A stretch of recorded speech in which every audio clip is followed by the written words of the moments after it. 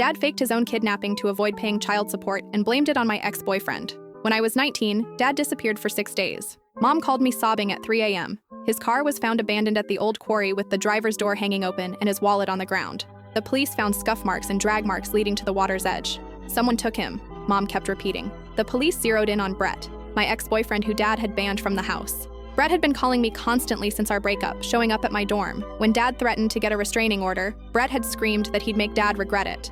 The police found those text messages within hours. They arrested Brett on day 3. Mom was convinced they'd solved it, but something felt wrong. Then I remembered the child support letters. 6 months earlier, Dad's ex-wife had tracked him down. He had a son, my half-brother Leo, who was now 16. Dad had walked out when Leo was 2 and disappeared completely. Now Leo's mom was demanding 18 years of back support. With interest and penalties, it was nearly $200,000. Dad had been spiraling ever since, waking up at 4 a.m., pacing and muttering about being financially destroyed. On day 4, I drove to the quarry alone. The drag marks looked too neat, too obvious. I searched the woods and found Dad's favorite fishing spot, a hidden inlet he'd taken me to as a kid, fresh tire tracks, recent food wrappers, Dad's lucky baseball cap hanging on a branch. That night, I got a call from an unknown number. "Stop digging," Dad's voice whispered. "You're going to ruin everything." My blood went cold. "Dad, everyone thinks you're dead." "I know, that's the point." His voice was calm, calculated. "Leo's mom can't collect child support from a dead man."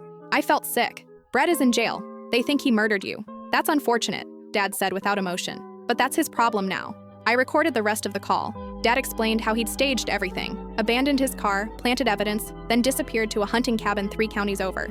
He'd been planning it for months. "In 7 years, I can legally declare myself found. Start over somewhere else." I hung up and called the detective. They found Dad the next morning, alive and very surprised to see police instead of his morning coffee. Dad was charged with filing false reports, insurance fraud, and obstruction of justice. Brett was released with a public apology and eventually sued the city. Mom filed for divorce immediately. Learning the truth broke something inside her. During proceedings, she discovered he'd been hiding money in offshore accounts. The judge ordered Dad to pay Leo's back support immediately, plus damages to Brett, plus legal fees.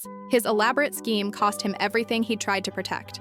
At his sentencing, Dad turned around in court and said, "I hope you're happy. You destroyed your own family." But I wasn't destroying anything. I was just refusing to let him destroy everyone else. Leo and I met for the first time at Dad's trial. He looks exactly like me, but with Dad's stubborn jaw. Mom insisted he visit for holidays now. Dad serves his time, writing me letters I never open. Mom kept the house and uses Dad's former office as an art studio. Brett graduated law school and specializes in wrongful conviction cases. Sometimes people ask if I regret turning Dad in. Some lies are too expensive to maintain.